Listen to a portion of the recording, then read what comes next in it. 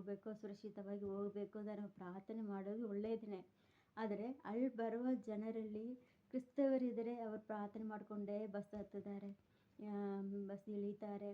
ಆ ಜಾಗದಲ್ಲಿ ಸ್ವಲ್ಪ ಏನೋ ಒಂದು ದೇವರ ಪ್ರೆಸೆನ್ಸ್ ಇಳಿದು ಬರುತ್ತಲ್ವ, ಅವ್ರ ಮೂಲಕ ಅಲ್ಲಿ ಏನು ಸತ್ತರುಂಡ ಕ್ರಿಯೆಗಳು ಹಾಗೆ ಲಯವಾಗಿ ಹೋಗುತ್ತಲ್ವ.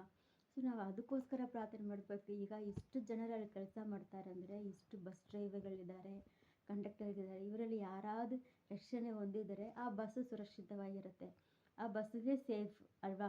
ಒಬ್ಬರು ಇದ್ರೇ ಸಾಕು, ಒಂದು ಬಸ್ಸಿನಲ್ಲಿ ಒಬ್ಬರು ಇದ್ದರೆ ಸಾಕು. ಈಗ ஒரு ಬಸ್ಸಿನಲ್ಲಿ ஒரு 50-60 ಜನರಿದ್ದಾರೆ, ಎಷ್ಟು ಜನ ಅಂತ ಗೊತ್ತಿಲ್ಲ. ಒಂದು ಬಸ್ಸಿನಲ್ಲಿ ஒரு 50 ಜನ ಇದ್ದಾರೆ. ಯಾರಾದರೂ ಒಬ್ಬರು ದೇವರನ್ನು ಪ್ರಾರ್ಥನೆ ಮಾಡ್ಕೊಂಡು ಹೋಗುವವರಾದರೆ ಆ ಬಸ್ಸಿನಲ್ಲಿ ಇರುವ 50 ಜನರು ಸೇಫ್ ಆಗಿರ್ತಾರಲ್ವ. ಸೊ ನಾವು ಅದಕ್ಕೋಸ್ಕರ ಪ್ರಾರ್ಥನೆ ಮಾಡಬೇಕು. ಅಲ್ಲಿ ಬರೋವರ ರಕ್ಷಣೆ ಹೊಂದಬೇಕು, ದೇವರನ್ನು